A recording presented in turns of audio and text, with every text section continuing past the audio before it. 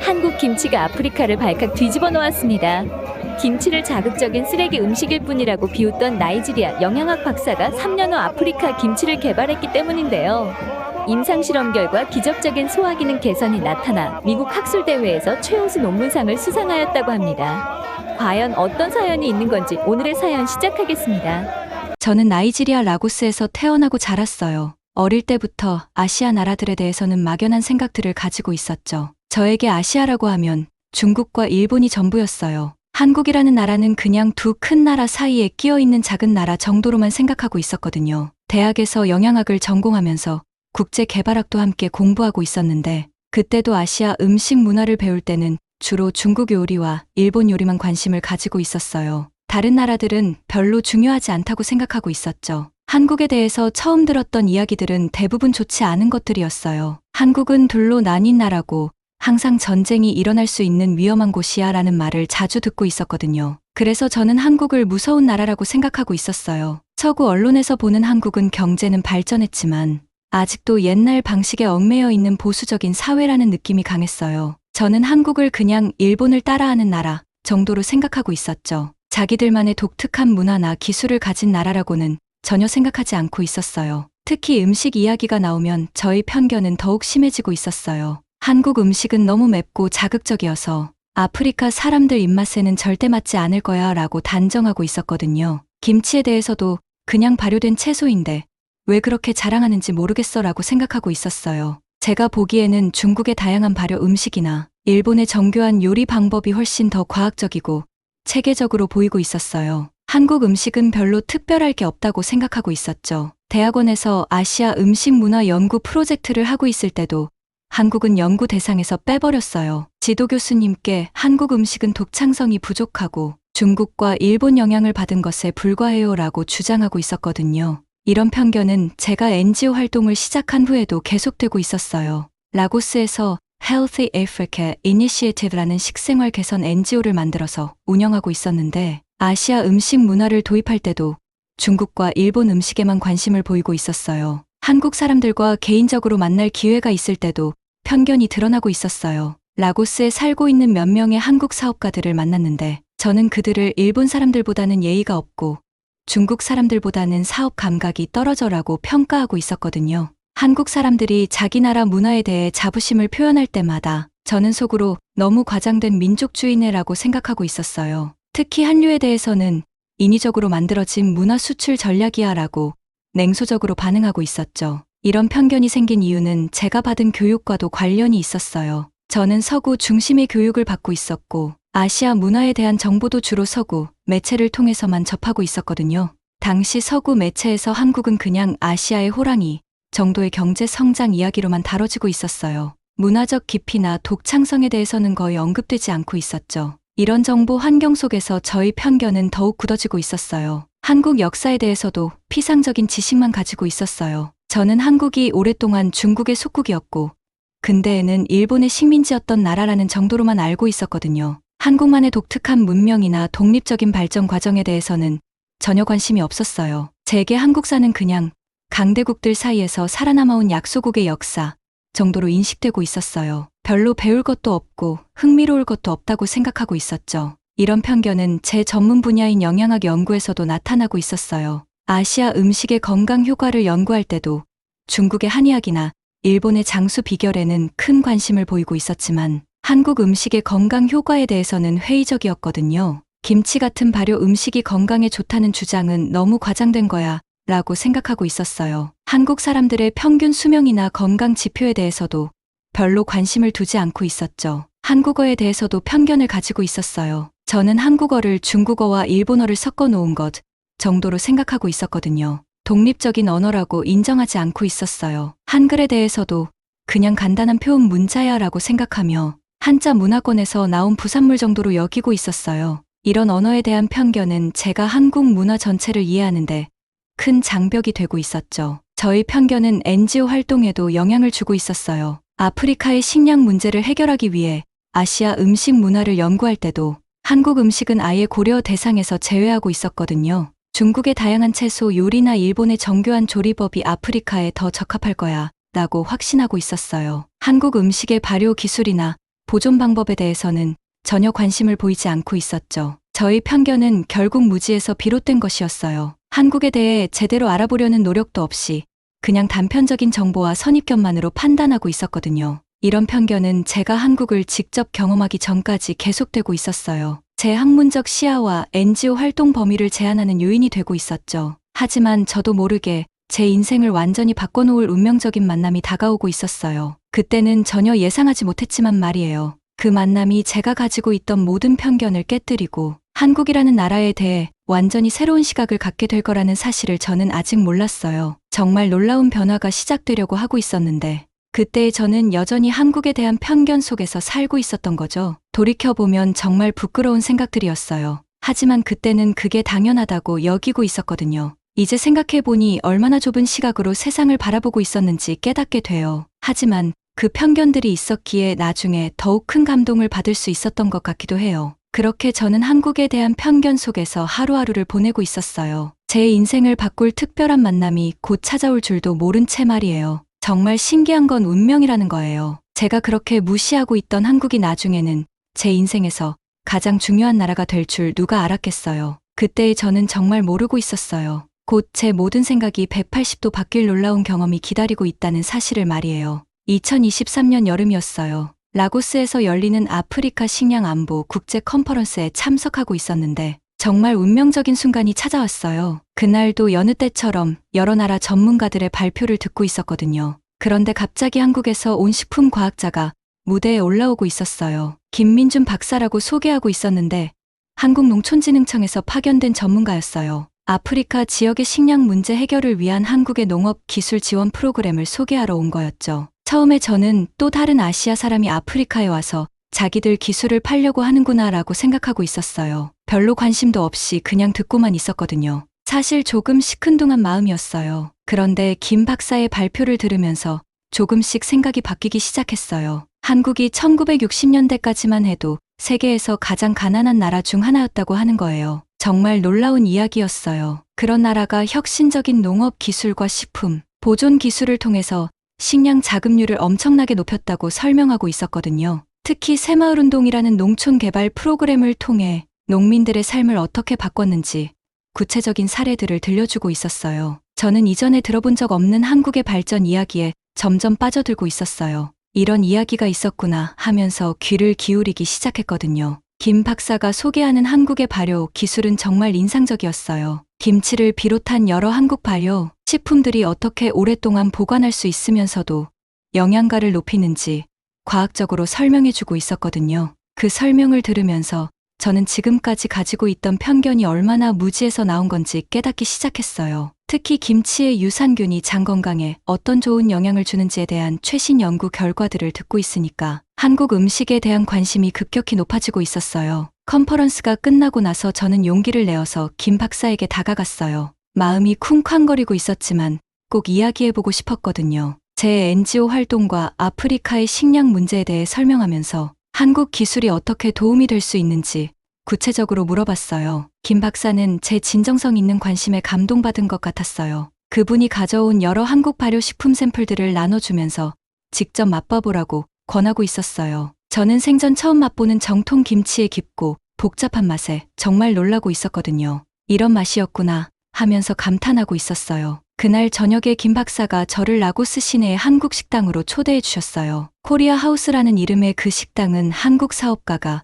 운영하는 곳이었는데 현지 재료를 활용해서 만든 한국 음식을 내놓고 있었어요. 불고기, 비빔밥, 된장찌개를 차례로 맛보면서 저는 한국 음식의 다양성과 깊이에 정말 감탄하고 있었어요. 특히 각 음식마다 서로 다른 발효, 소스와 양념이 사용되어서 복잡하면서도 조화로운 맛을 만들어내는 것에 큰 인상을 받고 있었거든요. 식사하면서 김 박사가 한국의 음식 문화와 철학에 대해 자세히 설명해주고 있었어요. 한국 사람들이 약식동원이라고 해서 약과 음식이 같은 뿌리라는 철학을 바탕으로 음식을 만들어 왔다는 이야기를 듣고 있으니까 한국 음식 문화의 깊이를 새롭게 느끼게 되었어요. 또 한국의 정, 문화에 대해서도 들려주고 있었어요. 음식을 통해서 사람들 사이의 정을 나누고 공동체 의식을 키워나가는 전통이 있다고 하는 거예요. 정말 깊은 인상을 받고 있었어요. 김 박사가 한국 정부에서 운영하는 국제협력 프로그램에 대해서도 소개해주고 있었어요. KOICA라는 한국국제협력단의 식량 안보 지원 프로그램을 통해 많은 아프리카 나라들이 한국의 농업 기술을 배우고 있다는 사실을 알게 되었거든요. 저는 한국이 단순히 경제 발전만 추구하는 나라가 아니라 국제사회에 대한 책임감을 가지고 적극적으로 기여하고 있다는 걸 깨닫고 있었어요. 이건 제가 지금까지 생각해왔던 이기적인 동아시아 나라라는 이미지와는 완전히 달랐거든요. 대화가 깊어질수록 한국 사람들의 생각과 가치관에 대해서도 새로운 이해를 갖게 되고 있었어요. 김 박사는 한국이 짧은 시간 안에 빠른 발전을 이룰 수 있었던 비결이 빨리빨리 문화와 함께 정신의 조화에 있다고 설명해주고 있었어요. 개인의 성취를 추구하면서도 공동체의 발전을 함께 생각하는 한국 사람들의 독특한 문화에 저는 깊은 관심을 보이고 있었거든요. 정말 신기한 문화라고 생각하고 있었어요. 특히 제 마음을 움직인 건 김 박사가 들려준 한국 현대사 이야기였어요. 1950년 한국전쟁 이후 폐허가 된 땅에서 시작해서 불과 70년 만에 세계 10위권의 경제, 대국으로 성장한 한국의 이야기는 정말 놀라웠거든요. 현재 발전을 위해 노력하고 있는 아프리카 나라들에게 큰 희망과 영감을 줄 수 있는 이야기였어요. 저는 이전에 알지 못했던 한국의 기적 같은 발전에 대해 더 자세히 알고 싶어지고 있었어요. 김 박사와의 만남이 끝날 무렵에 저는 한국에 대한 제 편견이 얼마나 잘못된 것이었는지 솔직하게 인정했어요. 그분에게 한국에 대해 더 깊이 공부하고 싶어요라는 마음을 표현했거든요. 김 박사는 기꺼이 도움을 주겠다고 약속해 주셨어요. 또 한국 정부의 초청 연수 프로그램을 추천하면서 직접 한국을 방문해 볼 것을 제안해 주고 있었어요. 이 순간부터 제가 한국에 대해 진짜로 알아보기 시작한 거예요. 그날 밤 호텔로 돌아온 저는 잠을 이룰 수가 없었어요. 하루 종일 경험한 새로운 발견들이 머릿속에서 계속 맴돌고 있었거든요. 저는 지금까지 얼마나 편협한 시각으로 세상을 바라보고 있었는지 반성하게 되었어요. 동시에 한국이라는 나라에 대한 새로운 호기심으로 가슴이 가득 차고 있었어요. 이 우연한 만남이 제 인생과 생각 전체를 바꿔놓을 전환점이 될 것이라는 사실을 그때는 아직 몰랐어요. 하지만 뭔가 특별한 일이 시작되고 있다는 느낌은 있었거든요. 그 후로 저는 한국에 대한 자료들을 찾아보기 시작했어요. 인터넷에서 한국 문화, 역사, 음식에 대한 글들을 읽어가면서 점점 더 흥미를 느끼고 있었어요. 김 박사와 계속 연락을 주고받으면서 한국 방문 계획도 구체적으로 세워나가고 있었어요. 정말 설레는 마음으로 그날을 기다리고 있었거든요. 그때까지만 해도 저는 한국이 제 인생에서 이렇게 중요한 의미를 갖게 될 줄은 몰랐어요. 하지만 뭔가 운명적인 느낌이 들고 있었거든요. 이제 와서 생각해보니 정말 신기해요. 그 우연한 만남 하나가 제 인생을 완전히 바꿔놓을 줄 누가 알았겠어요. 앞으로 펼쳐질 놀라운 경험들을 생각하면 지금도 가슴이 뛰어요. 그때의 저는 정말 큰 변화가 시작되고 있다는 걸 조금씩 느끼고 있었거든요. 김 박사와의 만남 이후 3개월이 지난 2023년 가을이었어요. 드디어 저는 한국 땅을 밟게 되었어요. KOICA의 아프리카 식량 안보 전문가 초청 연수 프로그램에 선발되어서 다른 아프리카 나라 전문가들과 함께 3주간의 한국 연수를 시작하게 되었거든요. 인천공항에 도착한 순간부터 저는 놀라움의 연속이었어요. 공항의 규모가 정말 엄청났고 모든 시설들이 너무 깔끔하고 현대적이었어요. 무엇보다 모든 것이 체계적이고 효율적으로 돌아가고 있는 모습에 첫 번째 충격을 받고 있었어요. 공항에서 나와서 서울로 향하는 고속도로를 달리면서 바라본 한국의 첫인상은 제 기대를 완전히 뒤엎고 있었어요. 저는 한국을 일본처럼 똑같은 건물들만 있거나 중국처럼 너무 복잡할 거야 라고 예상하고 있었거든요. 하지만 실제로 본 한국은 전혀 달랐어요. 현대적인 고층 빌딩들 사이사이에 조화롭게 자리 잡은 전통 건물들이 보이고 있었어요. 도시 전체가 깔끔하게 정돈되어 있으면서도 어디서나 활기찬 에너지가 느껴지고 있었거든요. 특히 한강을 따라 펼쳐진 서울의 스카이라인은 제가 상상했던 것보다 훨씬 웅장하고 아름다웠어요. 와, 정말 멋있네라고 감탄하면서 창밖을 바라보고 있었거든요. 연수 첫날에 저희는 한국농촌경제연구원을 방문했어요. 그곳에서 만난 연구원들의 전문성과 열정에 정말 깊은 인상을 받고 있었어요. 특히 1960년대 한국의 식량 자급률이 80%밖에 안 되었던 상황에서 어떻게 지금의 안정적인 식량 공급 체계를 만들었는지 설명을 듣고 있었거든요. 한국이 단순히 공업만 발전시킨 게 아니라 농업과 공업의 균형 발전을 추구했다는 사실에 특히 감탄하고 있었어요. 이런 접근 방식은 아프리카 발전에도 정말 중요한 교훈이 될 수 있을 것 같았거든요.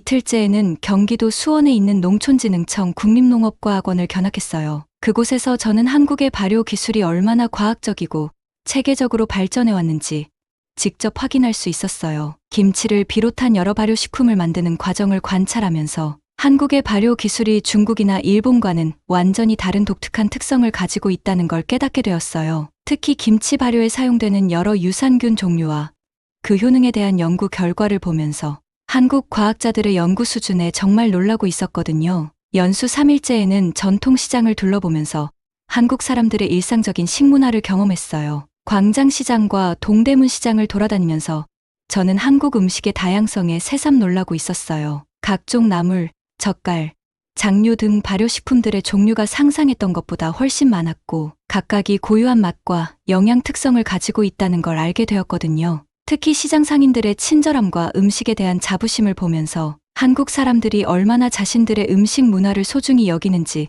느낄 수 있었어요. 한국의 IT 기술과 농업이 결합된 모습도 저에게는 정말 신선한 충격이었어요. 스마트팜을 견학하면서 한국이 어떻게 첨단 기술을 농업에 접목시켜서 생산성을 엄청나게 높였는지 목격하고 있었거든요. IoT 센서를 활용한 작물 관리, 드론을 이용한 정밀 농업, AI를 활용한 병해충 예측 시스템 등은 아프리카 농업 발전에 정말 큰 도움이 될 수 있는 기술들이었어요. 저는 이런 기술들이 아프리카에 도입된다면 식량 문제 해결에 엄청난 도움이 될 거야 라고 확신하고 있었어요. 한국 음식을 직접 만들어보는 체험도 저에게는 정말 특별한 경험이었어요. 김치 만들기 체험에서 저는 김치 제조 과정의 정교함에 놀라고 있었거든요. 배추를 절이는 시간, 양념 배합 비율, 발효 온도와 기간 등 모든 과정이 과학적으로 계산되어 있었어요. 저는 이건 단순한 요리가 아니라 정말 과학이네라고 감탄하면서 한국 사람들의 음식에 대한 깊은 이해와 열정을 실감하고 있었어요. 함께 체험한 다른 아프리카 전문가들과 만든 김치를 나눠 먹으면서 음식을 통한 소통과 화합의 의미를 새롭게 깨달았어요. 정말 따뜻한 시간이었거든요. 한국의 교육 시스템도 저에게 큰 인상을 남기고 있었어요. 서울대학교와 연세대학교를 방문해서 한국의 농업 및 식품 과학 교육 과정을 살펴보면서 한국이 어떻게 단기간에 우수한 과학 기술 인력을 기를 수 있었는지 이해하게 되었거든요. 특히 이론과 실무를 결합한 교육 방식, 그리고 학생들의 강한 학습 의욕과 도전 정신에 깊은 감명을 받고 있었어요. 한국 학생들이 보여주는 열정과 창의성은 아프리카 젊은이들에게도 큰 영감을 줄 수 있을 거라고 생각했거든요. 연수 일주일째에는 한국의 농촌을 직접 방문할 기회를 가졌어요. 충청남도 홍성군의 한 농촌 마을에서 3일간 머물면서 한국 농민들의 삶을 체험하게 되었거든요. 그곳에서 만난 농민들의 근면성과 혁신 정신에 정말 깊은 감동을 받고 있었어요. 70대 노부부가 운영하는 농장에서 최신 스마트팜 기술을 활용해서 고품질 농산물을 생산하는 모습을 보면서 나이를 불문하고 새로운 기술을 배우고 적용하려는 한국 사람들의 자세에 경탄하고 있었어요. 농촌에서의 경험 중 가장 인상적이었던 건 마을 잔치에 초대받은 일이었어요. 마을 사람들이 정성스럽게 준비한 전통 음식들을 맛보면서 저는 한국 음식 문화의 진짜 의미를 깨닫게 되었거든요. 음식을 통해서 이웃과 정을 나누고 공동체의 결속을 다지는 한국 사람들의 문화는 아프리카의 전통적인 공동체 문화와 많은 공통점이 있었어요. 저는 한국과 아프리카는 생각보다 가까운 문화를 가지고 있구나라는 새로운 발견을 하고 있었어요. 한국에서의 첫 2주가 지나면서 저는 제 연구 주제에 대한 새로운 아이디어를 얻기 시작했어요. 한국의 김치가 아프리카의 기후와 식재료에 맞게 변형될 수 있다면 아프리카 사람들의 건강 증진과 식량 보존에 큰 도움이 될 것이라는 확신을 갖게 되었거든요. 저는 한국 연구진들과의 협력을 통해서 아프리카식 김치 개발 프로젝트를 구상하기 시작했어요. 이 아이디어는 나중에 제 인생을 완전히 바꿔놓을 혁신적인 발견의 시작이었어요. 연수 기간 내내 저는 매일 새로운 것들을 배우고 경험하고 있었어요. 한국에 대해서 가지고 있던 편견들이 하나씩 무너져 내리면서 완전히 새로운 시각으로 이 나라를 바라보게 되고 있었거든요. 한국 사람들의 따뜻함과 진정성, 그리고 끊임없는 도전 정신을 직접 체험하면서 저는 이 나라가 정말 특별한 곳이라는 걸 깨닫고 있었어요. 무엇보다 한국이 아프리카와 많은 공통점을 가지고 있으면서도 배울 점이 정말 많은 나라라는 확신을 갖게 되었어요. 이런 깨달음이 나중에 제가 혁신적인 연구를 시작하게 되는 원동력이 되었거든요. 그렇게 저희 첫 한국 경험은 정말 놀라운 발견과 감동의 연속이었어요. 매일매일이 새로운 배움의 시간이었고 제 인생 전체를 바꿀 만한 영감을 받고 있었어요. 한국에서의 경험이 깊어질수록 저는 이 나라에 대한 애정과 존경심이 커져가고 있었어요. 정말 특별한 시간들이었거든요. 연수 3주차에 접어들면서 저희 한국에 대한 이해는 더욱 깊어지고 있었어요. 이제는 단순히 기술과 음식을 배우는 것을 넘어서서 한국 사람들의 마음과 문화적 뿌리를 탐구하기 시작했거든요. 특히 한국 현대사 박물관을 방문한 후에는 정말 큰 감동을 받았어요. 한국 사람들이 어떻게 절망적인 상황 속에서도 희망을 잃지 않고 끊임없이 도전해왔는지 직접 보게 되었거든요. 한국 전쟁의 폐허 속에서 시작된 재건의 역사를 보고 있으니까 가슴이 뭉클해지고 있었어요. 그리고 민주화를 위한 시민들의 희생과 투쟁은 저에게 한국 사람들의 불굴의 정신력을 보여주는 감동적인 이야기였어요. 특히 저를 감동시킨 건 1960년대 새마을운동의 정신이었어요. 정부의 지원만 기다리지 않고 스스로 마을을 개발해 나간 한국 농민들의 자립 정신은 현재 아프리카 농촌 개발에 정말 필요한 마음가짐이었거든요. 근면, 자조, 협동이라는 새마을운동의 3대 정신이 어떻게 한국을 변화시켰는지 구체적인 사례들을 통해 배우면서 이런 정신이 아프리카에도 적용될 수 있을 거라는 확신을 갖게 되었어요. 저는 한국의 발전 모델이 서구식 개발과는 다른 독특한 특성을 가지고 있다는 걸 깨닫고 있었어요. 외부의 도움에만 의존하는 게 아니라 내부의 힘을 키우는 방식이었거든요. 한국의 기업 문화도 저에게는 새로운 발견이었어요. 삼성, LG, 현대 등 세계적인 기업들의 본사를 견학하면서 한국 기업들의 혁신 DNA를 직접 체험할 수 있었거든요. 특히 삼성전자의 연구개발센터에서 본 한국 엔지니어들의 열정과 창의성은 저에게 깊은 인상을 남기고 있었어요. 그들이 보여주는 안 되면 되게 하라는 정신과 끊임없는 도전의식은 단순히 기술 개발을 넘어서 한국 사람들의 삶의 철학을 보여주는 것 같았어요. 저는 이런 정신이 한국을 IT 강국으로 만든 원동력이라고 생각하게 되었어요. 포기하지 않는 마음, 그게 한국의 힘이었거든요. 한국의 교육 열정도 저를 놀라게 한 부분이었어요. 밤늦게까지 불이 켜진 학원가를 보면서 한국 부모들의 자녀 교육에 대한 헌신에 감탄하고 있었어요. 물론 너무 과도한 교육열은 문제가 될 수도 있지만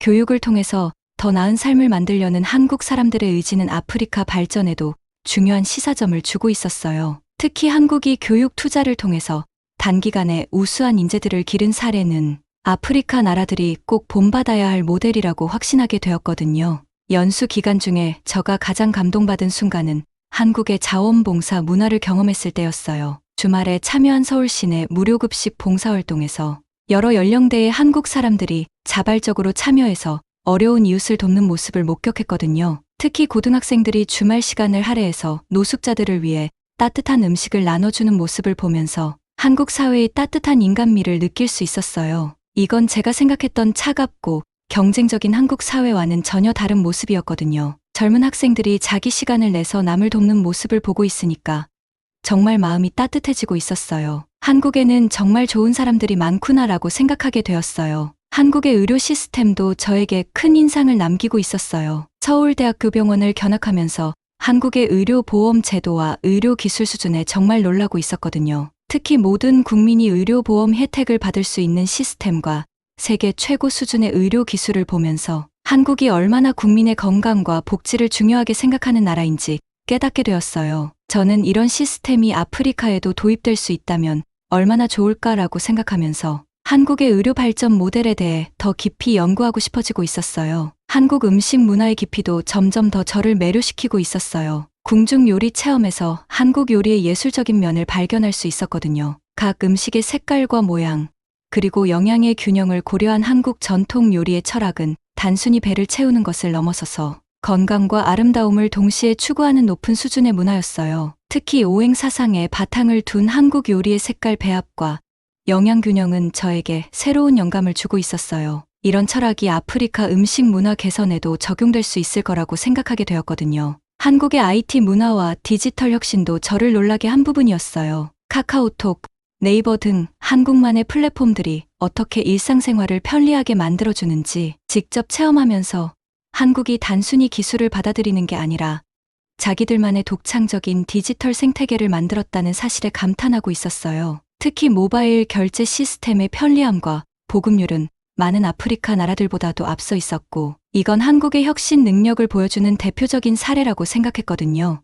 연수 말미에 저는 한국농림축산식품부 장관과의 면담 기회를 가졌어요. 장관님이 한국의 농업 정책과 국제협력 방안에 대해 상세히 설명해 주시면서 특히 아프리카와의 농업, 기술 협력 확대 방안에 대해 진지하게 논의해 주셨거든요. 저는 한국 정부 고위직이 아프리카 전문가 한 명의 의견을 진지하게 들어주는 모습에서 한국의 외교적 성숙함과 진정성을 느낄 수 있었어요. 이런 경험은 저에게 한국이 정말로 상생과 협력을 추구하는 나라라는 확신을 주고 있었어요. 한국의 환경 정책과 지속 가능한 발전에 대한 노력도 저에게 깊은 인상을 남기고 있었어요. 청계천 복원 프로젝트를 견학하면서 한국이 경제 발전과 환경, 보호를 어떻게 조화시키려고 노력하는지 직접 목격할 수 있었거든요. 재생에너지 확대와 탄소 중립 정책에 대한 설명을 들으면서 한국이 미래를 내다보는 발전 모델을 추구하고 있다는 걸 알게 되었어요. 이건 기후 변화로 어려움을 겪고 있는 아프리카에게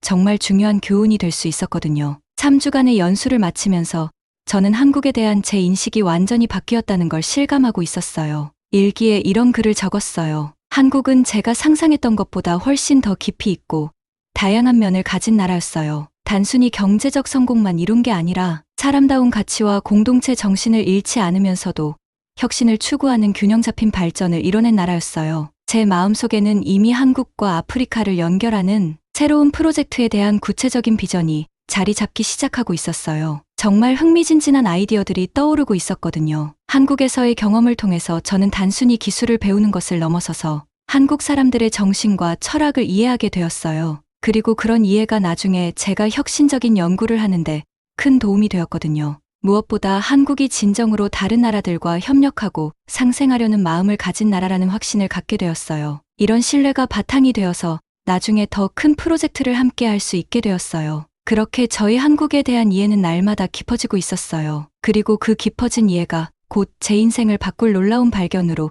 이어질 거라는 사실을 저는 아직 몰랐어요. 하지만 뭔가 특별한 일이 일어날 거라는 예감은 있었거든요. 한국에서의 경험이 제게 정말 소중한 선물이 될 거라는 느낌이 들고 있었어요. 연수를 마치고 나이지리아로 돌아온 저는 한국에서의 경험을 정리하면서 한국이 중국이나 일본과 비교해서 어떤 독특하고 뛰어난 점들을 가지고 있는지 깊이 분석하기 시작했어요. 제 연구 노트에는 한국만의 차별화된 강점들이라는 제목으로 수많은 관찰 내용들이 기록되어 있었거든요. 먼저 제가 발견한 가장 큰 차이점은 한국 사람들의 빨리빨리 문화였어요. 중국의 느린 의사결정 과정이나 일본의 지나치게 신중한 접근 방식과 달리 한국 사람들은 빠른 판단과 실행을 통해서 기회를 놓치지 않는 독특한 문화를 가지고 있었어요. 이게 정말 인상적이었거든요. 특히 기업 문화 측면에서 한국의 우수함은 더욱 뚜렷하게 나타나고 있었어요. 삼성, LG, 현대 등 한국 기업들이 보여주는 혁신 속도는 일본 기업들의 완벽주의적 접근이나 중국 기업들의 모방 위주 전략과는 확연히 다르더라고요. 저는 한국 기업들은 기존 기술을 완전히 새로운 방식으로 재해석하고 발전시키는 능력이 정말 뛰어나다고 평가하게 되었어요. 예를 들어서 스마트폰 시장에서 삼성이 보여준 혁신은 단순히 애플을 따라하는 게 아니었거든요. 더 큰 화면, 더 나은 카메라, 더 다양한 기능을 통해서 새로운 시장을 만들어내는 거였어요. 이런 창조적 혁신이 한국 기업들의 큰 강점이라고 생각하게 되었어요. 한국의 교육 시스템도 중국이나 일본과는 다른 독특한 장점을 가지고 있었어요. 중국의 암기 위주 교육이나 일본의 집단주의적 교육과 달리 한국 교육은 개인의 창의성과 경쟁력을 동시에 추구하는 균형 잡힌 접근을 보여주고 있었어요. 저는 한국 학생들이 보여주는 학습, 열정과 창의적 사고는 다른 동아시아 나라들과는 차별화된 특성이다라고 관찰하게 되었어요. 특히 한국의 대학 입시 제도가 단순한 시험 점수뿐만 아니라 다양한 활동과 창의성을 평가한다는 점에서 더욱 발전적인 모델이라고 평가했거든요. 한국의 민주주의 발전 과정도 저에게는 정말 인상적이었어요. 중국의 일당 독재나 일본의 보수적 정치 문화와 달리 한국은 시민들의 자발적 참여를 통해서 민주주의를 쟁취하고 발전시켜온 역사를 가지고 있었거든요. 1987년 6월 항쟁, 2016년 촛불 집회 등은 한국 국민들의 성숙한 시민 의식을 보여주는 대표적인 사례였어요. 저는 한국의 민주주의는 위에서 주어진 게 아니라 아래에서 만들어진 것이라는 점에서 더욱 값지다고 평가하게 되었어요. 기술 혁신 분야에서도 한국의 독창성은 정말 뛰어났어요. 일본이 하드웨어 중심의 기술 발전에 집중하고 중국이 기존 기술의 대량 생산에 특화되어 있다면 한국은 하드웨어와 소프트웨어를 결합한 융합 기술에서 세계적인 경쟁력을 보여주고 있었거든요. K-팝과 IT 기술의 결합, 게임 산업과 첨단 기술의 융합 등은 한국만의 독특한 혁신 모델이었어요. 저는 한국은 기술을 단순한 도구가 아니라 문화와 감성을 전달하는 매체로 활용하는 능력이 정말 뛰어나다고 분석하게 되었어요. 문화 산업 분야에서 한국의 성과는 더욱 놀라웠어요. K-팝, K-드라마, 한국 영화 등이 전 세계적으로 인기를 끌고 있는 현상은 일본의 전통 문화 수출이나 중국의 정부 주도 문화 정책과는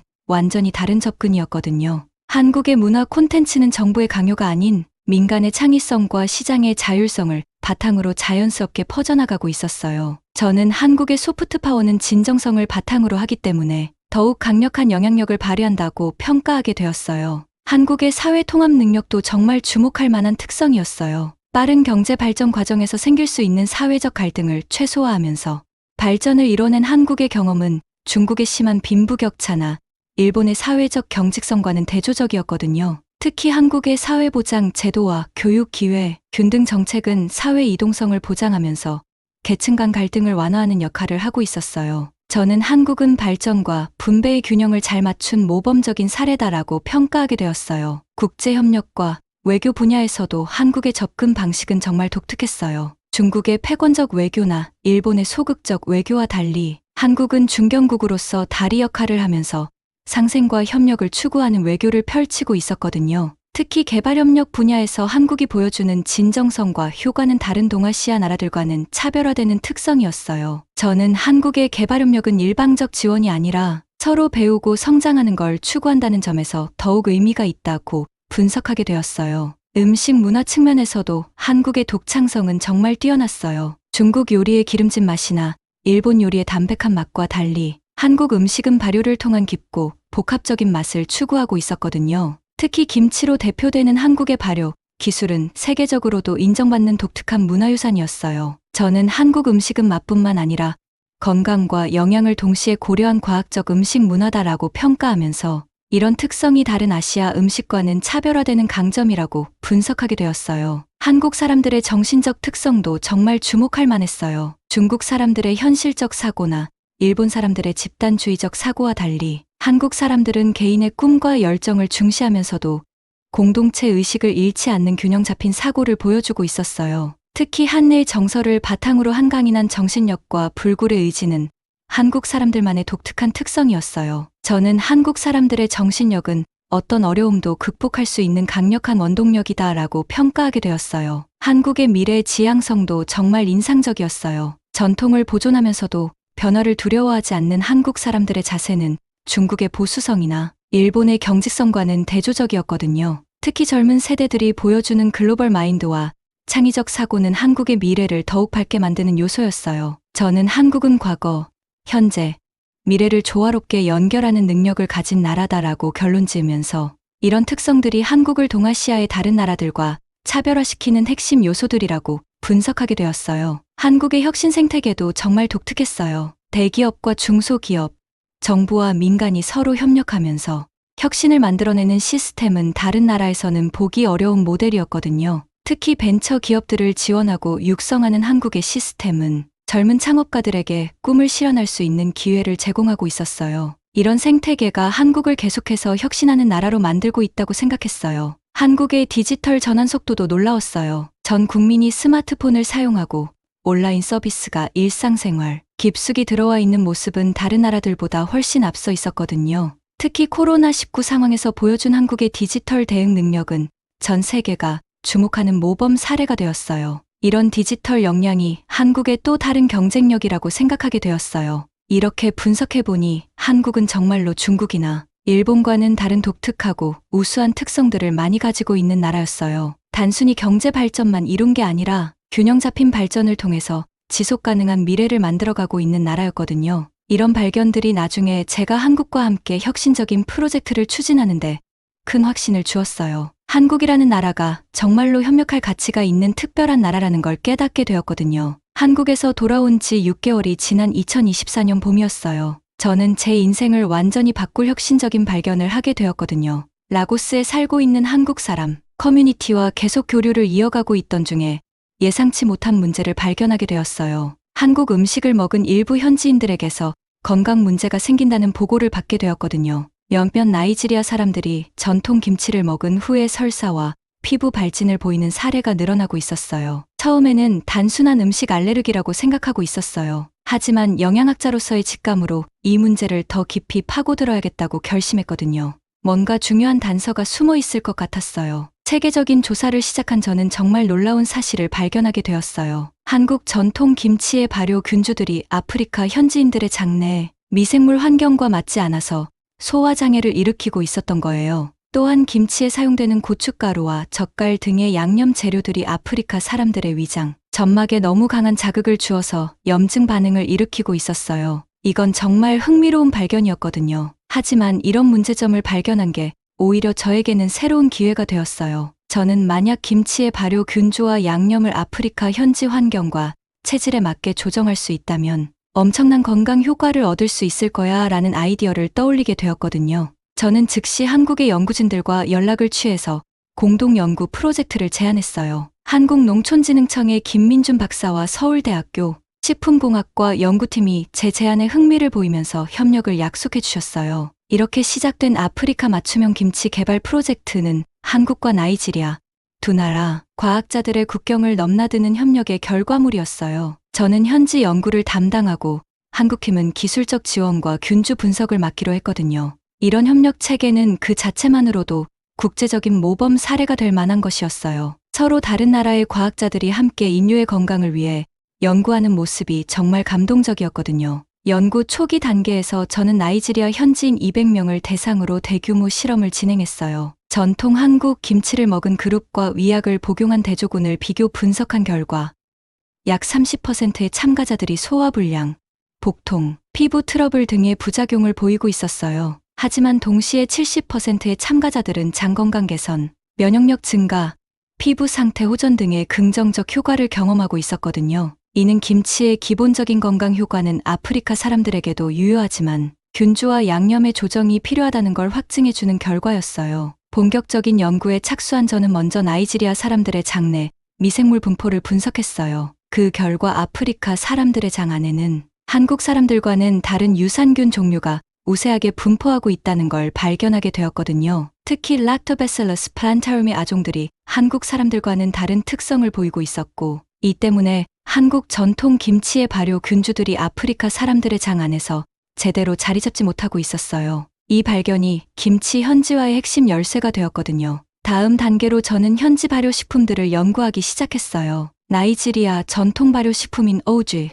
푸푸, 로커스, 빈 등에서 유익한 균주들을 분리해서 분석해 보았거든요. 놀랍게도 이들 중 일부는 김치 발효에 사용되는 균주들과 비슷한 특성을 보이면서도 현지인들의 장내 환경에 더 적합한 특성을 가지고 있었어요. 특히 현지 콩 발효 식품에서 발견된 베실러스 섭틸레 균주는 김치의 감칠맛을 내면서도 현지인들에게 부작용을 일으키지 않는 것으로 나타났거든요. 양념 조정 부분에서도 저는 혁신적인 접근을 시도했어요. 한국 고춧가루 대신 현지에서 자라는 스코치 버넷 고추를 사용하되 캡사이신 함량을 조절해서 자극을 줄였어요. 또한 젓갈 대신 현지 전통 조미료인 로커스트 빈 케이크를 발효시켜서 만든 소스를 사용했거든요. 마늘과 생강의 비율도 현지인들의 소화 능력에 맞게 조정했어요. 이런 조정 과정을 통해서 탄생한 게 바로 아프리카식 김치였어요. 첫 번째 프로토타입이 완성된 후에 저는 500명의 현지인을 대상으로 6개월간의 장기 임상 실험을 진행했어요. 결과는 정말 놀라웠거든요. 기존 한국 김치에서 나타났던 부작용은 거의 사라졌고 건강 개선 효과는 오히려 더욱 향상되었어요. 참가자들의 86%가 소화 기능 개선을 보고했고 78%가 면역력 증가를 경험했어요. 특히 만성 변비로 고생하던 참가자들의 90% 이상이 증상 호전을 보이고 있었거든요. 이는 기존의 어떤 건강 보조 식품보다도 뛰어난 효과였어요. 저희 연구 결과는 국제학계에 큰 주목을 받기 시작했어요. 2024년 말 미국 영양학회 국제학술대회에서 발표한 제 논문은 혁신적인 발효, 식품 현지화 모델로 평가받으면서 최우수 논문상을 수상했거든요. 특히 서구 과학자들은 동양의 전통 발효 기술을 아프리카, 현지 환경에 맞게 과학적으로 조정한 혁신적 접근이라고 높이 평가해주고 있었어요. 이때부터 제 연구가 전 세계적으로 알려지기 시작했어요. 하지만 무엇보다 중요한 건 아프리카 현지에서의 반응이었어요. 아프리카식 김치를 섭취한 사람들의 건강이 눈에 띄게 좋아지는 걸 보면서 현지 의료진들도 놀라워하고 있었거든요. 특히 영양실조로 고생하던 아이들의 상태가 개선되고 면역력이 약했던 노인들의 건강이 좋아지는 모습을 보면서 저는 이 연구가 정말 의미 있는 일이라는 확신을 갖게 되었어요. 2025년 초에는 나이지리아 정부에서 공식적으로 아프리카식 김치를 국가 영양 개선 프로그램에 포함시키기로 결정했어요. 이는 제 연구가 개인적인 성과를 넘어서서 국가적, 아프리카 대륙적 차원의 의미를 갖게 되었다는 걸 의미했거든요. 한국 정부에서도 제 연구에 큰 관심을 보이면서 아프리카, 다른 나라들로 이 프로젝트를 확산시키는 지원을 약속해 주었어요. KUICA를 통한 기술 지원과 함께 아프리카 전체로 이 혁신을 퍼뜨리는 대규모 프로젝트가 시작되었거든요. 저는 이 과정에서 한국이라는 나라의 진정한 가치를 다시 한번 깨닫게 되었어요. 단순히 기술만 제공하는 게 아니라 현지의 필요와 상황을 이해하고 함께 해결책을 만들어가려는 한국의 자세에 정말 감동하고 있었어요. 현재 저는 가나, 케냐, 세네갈 등 아프리카 10개국에서 각 나라의 특성에 맞는 발효, 식품 개발 프로젝트를 진행하고 있어요. 각 나라마다 고유한 전통 발효 식품과 한국의 기술을 결합해서 새로운 건강식품을 만들어내고 있거든요. 이 모든 과정에서 한국의 연구진들은 변함없이 저와 함께하고 있어요. 국경을 넘나드는 진정한 협력을 통해서 인류의 건강을 개선하는 일에 함께 참여하고 있는 거예요. 제가 한때 무시했던 한국이 이제는 제 인생에서 가장 소중한 파트너가 되었어요. 편견으로 가득했던 과거의 저를 생각하면 정말 부끄럽기도 하고 동시에 인생의 놀라운 변화에 감사하고 있어요. 지금 저는 전 세계 여러 학회에서 한국 아프리카 발효식품 협력 모델에 대해 강연을 하고 있어요. 그때마다 한국이라는 나라가 얼마나 혁신적이고 협력적인 나라인지 세계에 알리고 있거든요. 무엇보다 한국에서 배운 함께 발전하는 정신이 제 모든 연구의 바탕이 되고 있어요. 혼자만 잘 되는 게 아니라 모두가 함께 건강해지고 발전하는 걸 추구하는 한국의 철학을 아프리카 전체에 퍼뜨리고 있는 거예요. 앞으로도 저는 한국과 함께 더 많은 혁신을 만들어갈 계획이에요. 이미 다음 프로젝트로 한국의 스마트팜 기술을 아프리카에 도입하는 연구를 준비하고 있거든요. 한국에 대한 편견으로 시작된 제 이야기가 이렇게 아름다운 협력과 혁신의 스토리로 이어질 줄 누가 알았겠어요. 정말 인생은 예측할 수 없는 놀라운 선물들로 가득하다는 걸 깨닫게 되었어요. 지금도 저는 매일 한국에 감사한 마음을 가지고 살고 있어요. 제게 새로운 꿈과 비전을 선물해준 한국, 그리고 함께 그 꿈을 시연해 나가고 있는 한국의 모든 분들께 정말 고마운 마음이에요.